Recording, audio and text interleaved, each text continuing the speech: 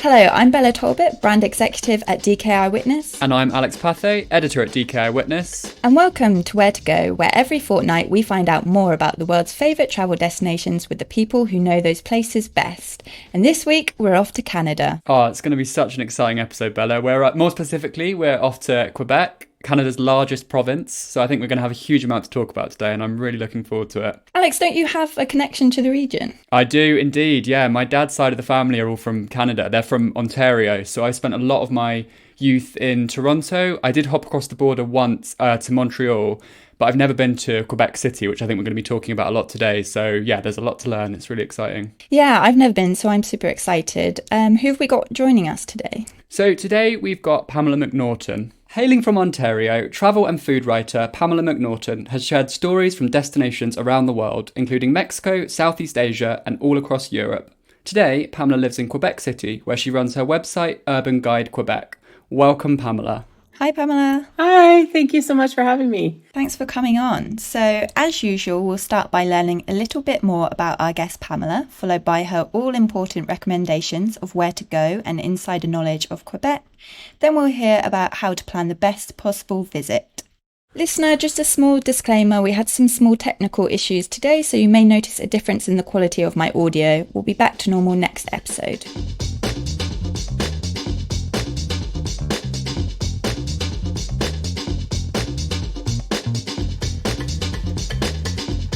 So, Pamela, you've said yourself that you're obsessed with Quebec. I'm really interested to know, where did this sort of obsession start? Where did you fall in love with the place? I fell in love in my first visit. So in 2013, I was doing a cross-Canada trip, and I was traveling with Via Rail from Halifax to Vancouver. And I did it over a 2-week period. And Quebec City was, I think it was my second stop. I was here for 3 days. But in those 3 days, I really sort of fell in love with the architecture and the food and the culture and the people. And when I left, I was still thinking a lot about the city. And so when my trip was over, I found reasons to come back. And so, it was just like in September, I found an excuse or two to come back. And I did the same thing in October, and then the same thing in November. And then in December, I sublet this 5-story walk-up man cave for about a month kind of thing. And it just really cemented just that overall feeling of being here. Until that time, I had been traveling full time. And my dad was going through some health issues, and I had contemplated being closer to home for a home base. And Quebec City was just a natural choice. It was easy to trick myself into thinking I was somewhere else and still be in Canada. And did it quickly feel like home once you'd sort of laid down roots there? Did it take long before you felt like it was your kind of natural home? Yes and no. I felt comfortable. I fell in love with the city just because I did enjoy that sense of a foreign culture in my own home country, as weird as that might sound. But at the same time, it took me a year and a half of living here before I even put a picture on a wall. Right. Okay. Because I was constantly thinking about, where am I going to move to next, or where am I going to travel to next? So it did take a little bit of time to finally fully settle into living here. But my love for Quebec was almost instantaneous. It's interesting that you've already touched on sort of how unique Quebec is. Like, you went on this 2-week trip around Canada, and that's the place that really stood out to you. I was wondering, how does living in Quebec compare to Ontario, where you're from? Are there any similarities at all between, Toronto and Quebec City, for example? They're capital cities. There's not a lot of similarities between Toronto and Quebec City. It's easier to actually compare Toronto with Montreal. Those would be an easier way to compare. But in terms of Ontario, it's just a very different way of living here. In Quebec, we work to live, not live to work. And that's the biggest difference. And when I was growing up in Ontario, a lot of times people would say, Quebecers are so lazy and da-da-da-da-da. And because Ontario is very go, go, go. It's kind of like being in New York or Vancouver or whatever. It's just a very busy, busy city, or a very busy province. Whereas Quebec is more laid back. Everything here is more about enjoying life and the enjoyment of life. And so I kind of lean more towards that now. I identify more as a Quebecer in that way than someone from Ontario. But the other thing with here as well, it's different in that Quebec is not as international in terms of Quebec City, in terms of like cuisine or communities in the way that Toronto is. We have international communities and that here, but not to the extent that you would find in Toronto. It's very much more like French culture, French history, French product, that kind of thing is really hyper focused in Quebec City specifically. It's so interesting to hear you say that, Pamela, because my dad's side of the family are all from Toronto, so I've spent a lot of time in Toronto, and I've only been to Montreal in Quebec, but even seeing those two cities, I really noticed the difference between kind of like your typical sort of hyperactive Ontario city and Montreal, which felt quieter, but Quebec City just sounds like it's even further to that sort of quiet, tranquil extreme, which sounds beautiful. It is, and it's when I first started living here and people would be like, oh, why are you doing Quebec City? You should be doing Montreal. And, what city is better? And I always hate that question. Yeah. Like which city is better? Because they're so very different from each other. Yeah. And one of the best ways that I can describe it is, Montreal is very cosmopolitan, and going to Montreal is kind of like going to visit your French lover. Like you're going to go, you're going to have an amazing time. It is going to be a fire kind of night. It's going to be great. Yeah. But then you always go back home to Quebec City to your boyfriend, because it's more laid back and easygoing and just very chill. And so they really kind of complement each other. They're not kind of like fighting each other, if that makes sense. So that's my my favorite way to describe the vibes of both cities. That's an amazing way of conceptualizing those differences. That's brilliant. I feel like you've already made a really good start at this, Pamela, but if you had to kind of give an elevator pitch to convince someone to visit the kind of wider province of Quebec, how do you think you would go about that? Quebec as a province is it's beautiful and it's intriguing and it's just so different from the rest of Canada. We have the French culture and French traditions here, obviously. But there's that love of they support each other. I don't know if that makes sense kind of thing. Every province or every place has locally made products and stuff. But in Quebec, it really feels local. They're really proud of who they are and they're really proud to support each other and to raise each other up. And it's a very community-based place to go. And we have great cities in Quebec, but then we also have these beautiful, like beaches and there's mountains and there's also the islands of Quebec, like Îles de la Madeleine, which people don't realize are a part of Quebec, which is very different. It's still Quebec, but it feels like Eastern Canada, like the Maritime provinces, because of the history and the location of where it is. It's such an intriguing part of the country. And it's the birthplace of French North America. Amazing. I'm sold. I want to go.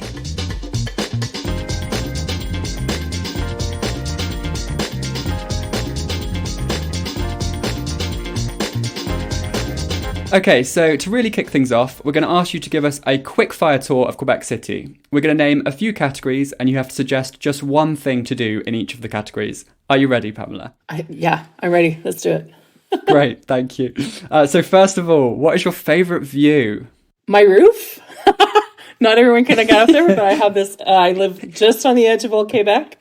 So I have this truly amazing view of Chateau Frontenac and Petit Champlain and the river. But for the public, for a view that everyone can go to, I would say Terrasse Pierre Dugas de Mont, which is just on the side of Chateau Frontenac. It's a short walk, and it's that postcard view that you get of the city, where you have the chateau and Old Quebec, but you also can see the St. Lawrence River, and then you can see the Laurentian Mountains just off in the distance. But any view that has the chateau is usually an enviable view, and there's a lot of them in the city. I think I know the exact view you're talking about because we always use them on our front covers for the Montreal books and the Canada books. Yeah. I know the exact view. Beautiful. It's a great view, and it's a lovely little place. You can just like pop a squat on the lawn there, have a picnic, have a nap, whatever you want. It's a really nice, chill place to just sort of get away from the crowds of tourists, especially in summer, and just have that really great view. Okay, I think this one might be a bit difficult for you because you are a food writer, but your favorite thing to eat? It is hard. I know everyone wants me to say poutine, which is great. And we can talk about that in depth later. Of course. Yeah. And I am a croissant snob, self-proclaimed, but I truly am. But I would say the one thing that I love eating is duck leg confit. Wow. Because it's also something, you can get it in the restaurants here, but it's something that I can just buy I go to the cooking school. They have a little food shop. And they open their food shop in the afternoons. And so I can go to the food shop, buy the duck leg confit that they've prepared there as part of their classes. And it's a lot cheaper than buying it at the grocery store. And then I have my freezer. I always have at least, 4 to 8 sitting in there. So when I want to treat myself, I can just quickly make one. So that's my obsession. That is a great tip. I feel like I have so many questions to ask you, Pamela, about food, but I think we'll get onto that in just a second. So in the interest of keeping the quickfire round going, related to that, what about your favourite thing to drink? Quebec has so many things, but honestly, chocolat chaud. So hot chocolate. Oh, yeah. It has ruined me forever because it's real. A lot of places here are just real hot chocolate. It's just chocolate mixed with milk or with cream. And it's completely ruined me. And I cannot go to, I have sometimes gone basic and did a hot chocolate like Tim Hortons. But, if I'm visiting my mom and she's like, do you want a hot chocolate? I'm like, is it powder? She's like, well, yeah. And I'm like, well, no, I'm good. I feel you there. I feel I am also a hot chocolate snob and a hot chocolate fan. So, okay, I definitely need to go to Quebec for this. Yes, for sure. For sure. Or it's whenever you come back from France, it's just like the hot chocolate does not cut it back in England. You just need that kind of thick, gloopy deliciousness. Yes, and there's places here that make them with more than one chocolate. Like there's a place, Erico makes it with 7 different kinds of chocolate is one of theirs that you can get. It's the most decadent thing you can ever have. Like it's, so good. Oh, that would be perfect on a day like today where it's just like miserable, raining here in London. Proper hot chocolate, that's what we need. For sure. Okay, moving on from food and drink, we are going for your favourite day activity. It's a toss-up. Okay, let's go with walking around the city. But away from the really busy streets. So away from Rue Saint-Louis, away from Rue Saint-Jean in Old Quebec. There are so many interesting pieces of architecture here in Old Quebec. And I love to actually just wander down the small side streets. You never look down in Quebec, ever. You always need to be looking forward or always need to be looking up because there's always something interesting to see. There's hidden parks, there's great details in the architecture. Sometimes you're going to stumble upon a cafe or an épicerie that you didn't know was there. It's just such a lovely way to explore the city. And when I first moved here, when I was like angry at something, I would just put my headphones on no matter what time of day or night it was. And I would just wander around the streets of Old Quebec. It's a Zen activity for me. So it's one of my favorite things to do. I think that's a fantastic answer. It's such a great way of kind of habituating yourself in a new place just to get that kind of pedestrian eye view of the city. That's really wonderful. Do you have a favourite, the final category we're going to give you, Pamela, a favourite museum or gallery? I like the Musée National des Beaux-Arts de Québec. So you shorten it, we call it also the MNBAQ. And it is the major or main art gallery that we have here. And it's got like 4 pavilions. There's a couple that are under renovation right now. Part of an old jail is one of the pavilions. But it's a great museum for not only for Quebec artists and learning more about Quebec art, but also international art. And they have some wonderful expositions. I think this year there's an exhibit coming soon with like Emily Carr and we've had Rembrandt and tons of great art pieces in that. And it's over by the Plains of Abraham, which is a beautiful, historic park. And and space. So it's one of my favorite places to go. Great. And that ends the quick fire round. You did a great job. Well done. Thank you. So we are going to give you the chance to talk a bit more about food, as we promised. So what are some places that listeners need to visit? What do they need to eat? There's so many places. Obviously, if you're coming to Quebec, everyone needs to have poutine. If you've never tried poutine before, you need to have poutine. It's a national, not a national dish, it's a provincial dish. Here it was created in the 1950s, where there's debate as to whether it was Drummondville or Victoriaville. But poutine is, and if you don't know what it is, it's basically fries, cheese curds, and gravy. But it's not, they're all very good, but there's a very specific way to do it. Not everyone claims that they can make poutine, but they don't always do it. And, you see those videos, like, what's your ick? My ick is people that make really bad poutine. Like, it's just, the fries should be a little bit crunchy, a little bit soft. You don't want them to go to mush kind of thing. Yeah. And the cheese curds have to be fresh. They need to be fresh, squeaky cheese curds, right? And the cheese curds are important because if they're fresh, you don't put them in the fridge. Because as soon as you put a cheese curd in the fridge, it changes the consistency of the cheese curd kind of thing. So, if you're having poutine with cheese curds and the cheese curd is melting, that's not the proper cheese curd. A proper cheese curd should never melt. It always holds its shape. That is so interesting because I've had some really terrible poutine in my life, and it often is that the squeakiness of that cheese curd that lifts it into something absolutely wonderful, isn't it? I didn't know that. That's so interesting. Oh, yeah, because it's like briny and...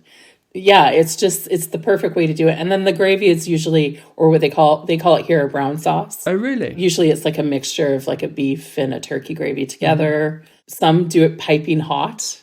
I don't think you need it piping hot. But yeah, the fries and the cheese curds are the most important thing.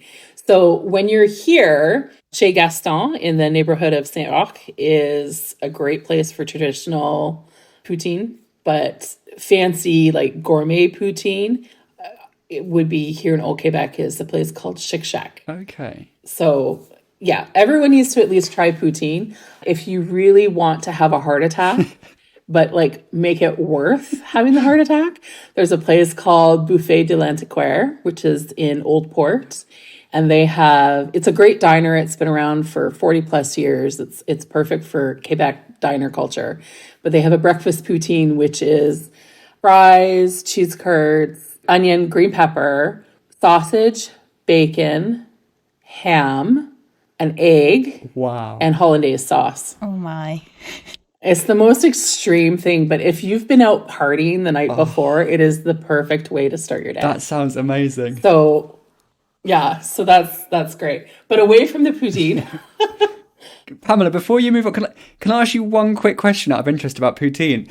Is there much of a movement amongst like younger generations to kind of come up with these like hip varieties of poutine? These like new, is that a thing, or is that not really happening? We have Poutine Week. Okay. And so that's when those really creative poutines come into play. And we do have some. Yeah, the younger generations or the younger restaurateurs will have their own play on poutine, introducing different flavors. Like Chic Shack has one with like braised beef and horseradish and pickled onions. And, so there's some great creations that are going around. Poutine's always a good idea. But Poutine Week is the best week if you're here for it to try a whole bunch of different ones without breaking your budget. Amazing. So getting away from poutine, let's talk about some of the other ones. So Restaurant Alentours is a newer restaurant. It opened a couple of years ago. They're very well known for choosing or using ingredients that can be located within 150 kilometers of the city. Wow. Oh, wow. So you're never going to find lemon in their restaurant because it's not native to Quebec. You can't find them within the city. And so it's more like Quebecois cuisine, but it's a really interesting take. And it's really that essence of Quebec culture that really kind of supports local artisans and local producers. And a lot of restaurants do that here. Many have their own farms or they have partnerships with almost like a marriage with a farmer. You know, the chef and the farmer sit down at the end of the year and they'll start to go over a crop plan for the following year as to what they want to grow for their dishes, for their menus. You know, sometimes the farmer might say, hey, I really want to grow, you know, this and this. And the chef might say, oh, yeah, I can really use that. Or, you know, the chef might be like, this is what I'm thinking. Is it possible? And it is really interesting partnership that happens with them. I mean, that's fascinating, that kind of partnership between kind of growers and restaurants. That's so interesting. That was a fantastic sort of foodie overview. Thank you so much, Pamela. But so moving on just slightly, Montreal is often called the cultural capital of Canada. Can you talk us through some of the cultural highlights that we haven't already discussed?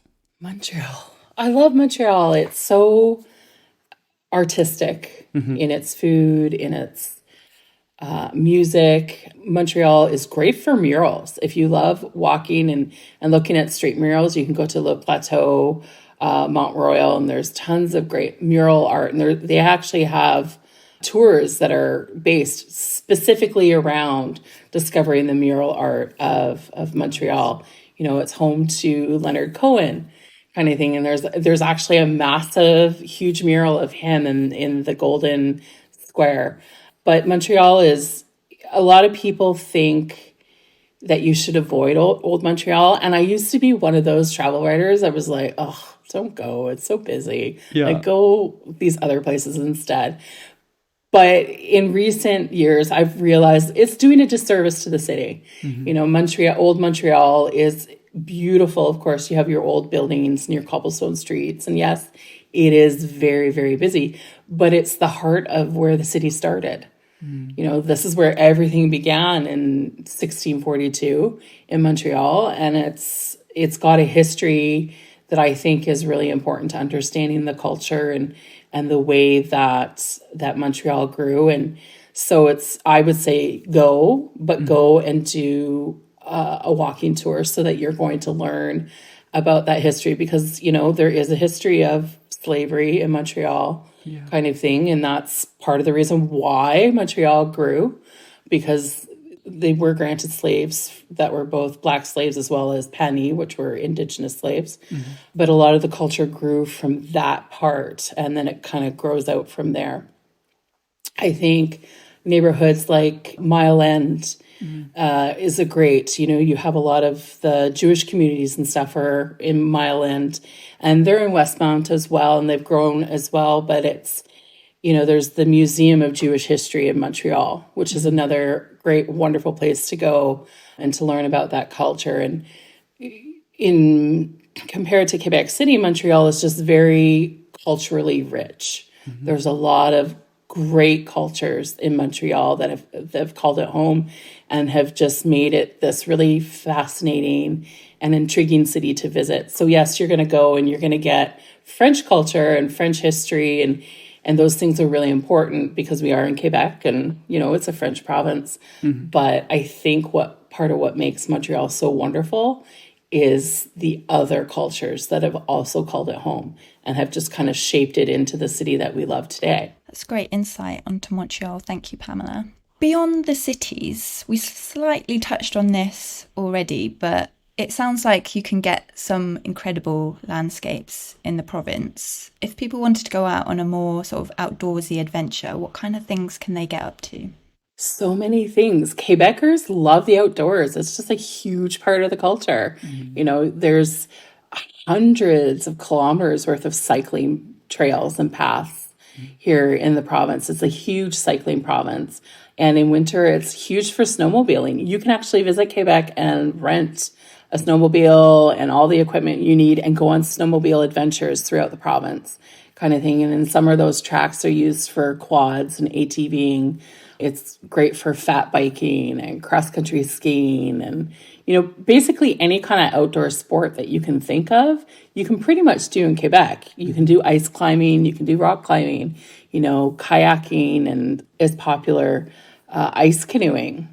If you've never done that. I mean, it takes a certain kind of person to do ice canoeing. I am not one of those people. What exactly is ice canoeing? So ice canoeing is typically done in January, February. It's when the river is full of ice flow.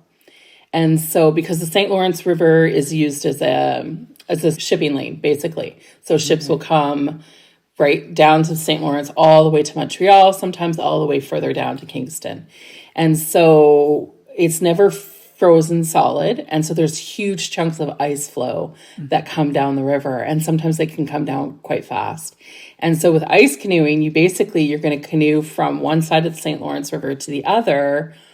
But because of the ice flow, you're going to have one leg in the canoe at times and one leg on the ice flow, because you're going to have to try to kind of climb over the ice flow with your canoe and still stay in the water. And it's really noisy and really loud because that ice flow crackles and crunches and stuff as it's coming down the river. And then the boat crackles and crunches. And so you're trying to like shout to the people in front of you, and you're trying to like paddle across the river, but also get across the ice flow. It's a huge cardio activity. And it's something that I will never be able to do. Yeah, I bet there's listeners listening to this thinking like, yeah, I'd love to do that. But my question is, why? Why would you do that? Like, I just don't get it. But you can. Like, it's a huge event for Carnival, but tourists can come and do their own ice canoe experience here in winter. I'm so intrigued to look up video footage of this. It sounds fascinating. Oh, yeah, do it. Do it for sure. I mean, yeah, I was just before this call, Pamela, I was looking at a map, and I'd kind of forgotten just how ginormous the province of Quebec is. I mean, it's like the largest province in Canada. It's so huge and so varied. So I think some of those things you were saying about outdoor experiences sounded great. Not totally sure about the ice canoeing, but it sounds fascinating. Yeah.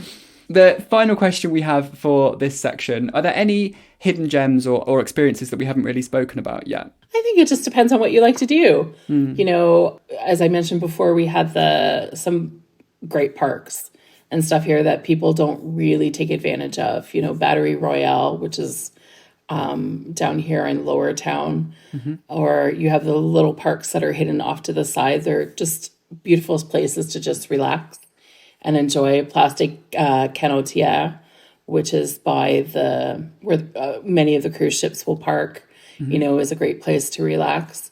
But, you know, we have a couple of speakeasies, which a lot of people are shocked to hear about.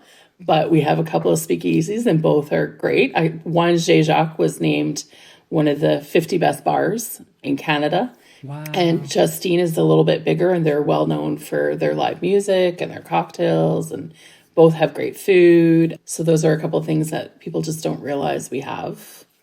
Amazing. And then we have old churches that have been converted to libraries. Aww. And they're beautiful because they keep the facade on the outside with the windows, and then you go inside and it's, you know, it's just this beautiful library space where you can relax. That sounds lovely. I definitely feel that speakeasies and libraries are more my kind of thing than ice canoeing. So good tips for me there.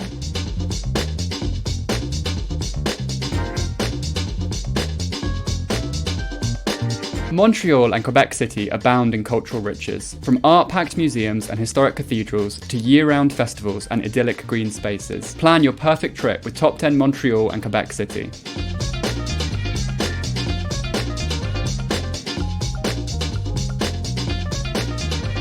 Okay, so Pamela, we are going to talk about how listeners can plan the best possible visit. So my first question is, when, in your opinion, is the best time to visit Quebec? My favorite time to visit Quebec is actually in autumn.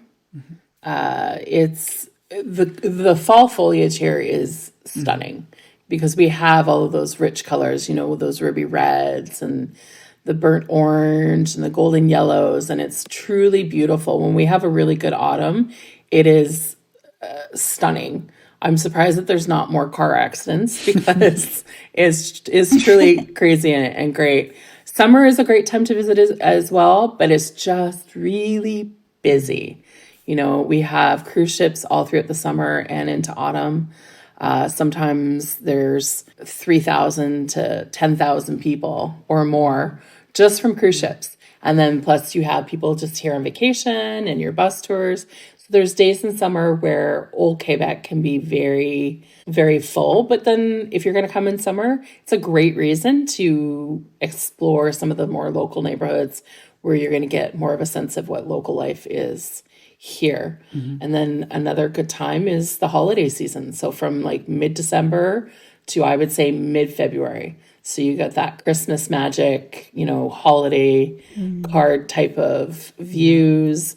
There's some festivals that happen. Those are the 3 best times, I would say. I know you probably just want to know. No, they all sound equally enticing. That's perfect. And are there any particular events that listeners can mark in the calendar for the year ahead, for 2024? There's so many great ones. Coming up here in March 7th, we have Igloo Fest. Wow. Oh, wow. Montreal is famous for Igloo Fest, but the last couple of years, they've actually started to do it in Quebec as well. It's a big, huge outdoor concert, electronic music, rap, hip hop, whatever. You come and you just dress very, very warmly and just party. It's all outside. There's nothing inside, but that's the whole point of the festival. In July, we have FEQ, Festival de Tête de Québec, which is July 4th to the 14th. And that is our big music festival. And it's one of the biggest ones in Canada. And you have artists from all over the world that come here. It's a great way to learn about indie artists in Quebec. But I mean, you're going to come and we've had Lady Gaga and Metallica and Journey and, Snoop Dogg. I mean, I think I got contact high at that concert because everybody was smoking a blunt. And it was just like, and I was in the photography pit, and it was crazy. It was wonderful. Nice. But that's a really great and exciting festival that we have in summer. And then, of course, a lot of people come for the New France Festival, which is where you can come and people will dress in 17th and 18th century costume, and you can learn about the original days of life in Quebec and stuff there. And then we have our Toboggan Festival, which is our New Year's festival. It's not like Hogmanay, it's kind of like, it's a low key version of Hogmanay, right. But it's, it's the 28th to the 31st. So there's night parades and concerts and all that kind of stuff. Lovely. I mean, that's just a handful. There's always something happening in Quebec. And we can't forget Poutine Week, obviously. Poutine Week, yeah. We have Poutine Week and we have Burger Week. And there's Festa Bière, we have to have those beer festivals because Quebec is well known for its craft beer culture. And loads going on, so there's never a bad time to come. Always, exactly. Okay, so final question, Pamela. How can travellers make a positive impact when they visit? I think supporting the businesses that are here. It's Quebec, as I've mentioned, I think a couple of times, is very much into local artisans and producers. And we have a lot of small businesses here. And we have a lot of ways to give back to the economy by supporting those businesses. When you're in Old Quebec, you're not going to find, you're not going to find brand names that you're going to find somewhere else. With the exception of a couple, like we have a McDonald's and we've got a Roots, and L'Occitane. But most of the stores and stuff here are locally owned and operated kind of thing, or it's a Quebec brand. And so I think one of the best things about coming to Quebec, and one of the ways to have a positive impact, is to support Quebec producers and support the culture and that here. Quebec is also a very walkable city. There's a lot of hills that I just want to kill myself on because some of them are so steep and you're just like, people are like, are you going to walk here? And I'm like, no, dude, I'm taking the bus because I'm not walking up that hill. But, for the most part, it's a very walkable city as well. So don't, park your car. Don't be driving around and clogging up streets and all that kind of stuff. Just park it and keep walking. And if you're coming here for a festival, clean up after yourself. It's one of the things I hate the most about FEQ is the morning after and seeing all the garbage and stuff that people just dump on the streets when they're walking around. So that's another way as well. Like Quebec has trash receptacles, and if we don't, just, I don't know, put it in a baggie in your pocket and take it back here to your hotel room kind of thing. So that's another way as well. It's just being respectful of the city, because the city does take a great pride in keeping itself very clean and very safe. So amazing. That's all really, really useful advice. Thank you so much, Pamela. And that was our final question. Thank you. That was fantastic. A great whistle-stop tour through Quebec and Quebec City. Thanks so much. Thank you. Thank you, Pamela.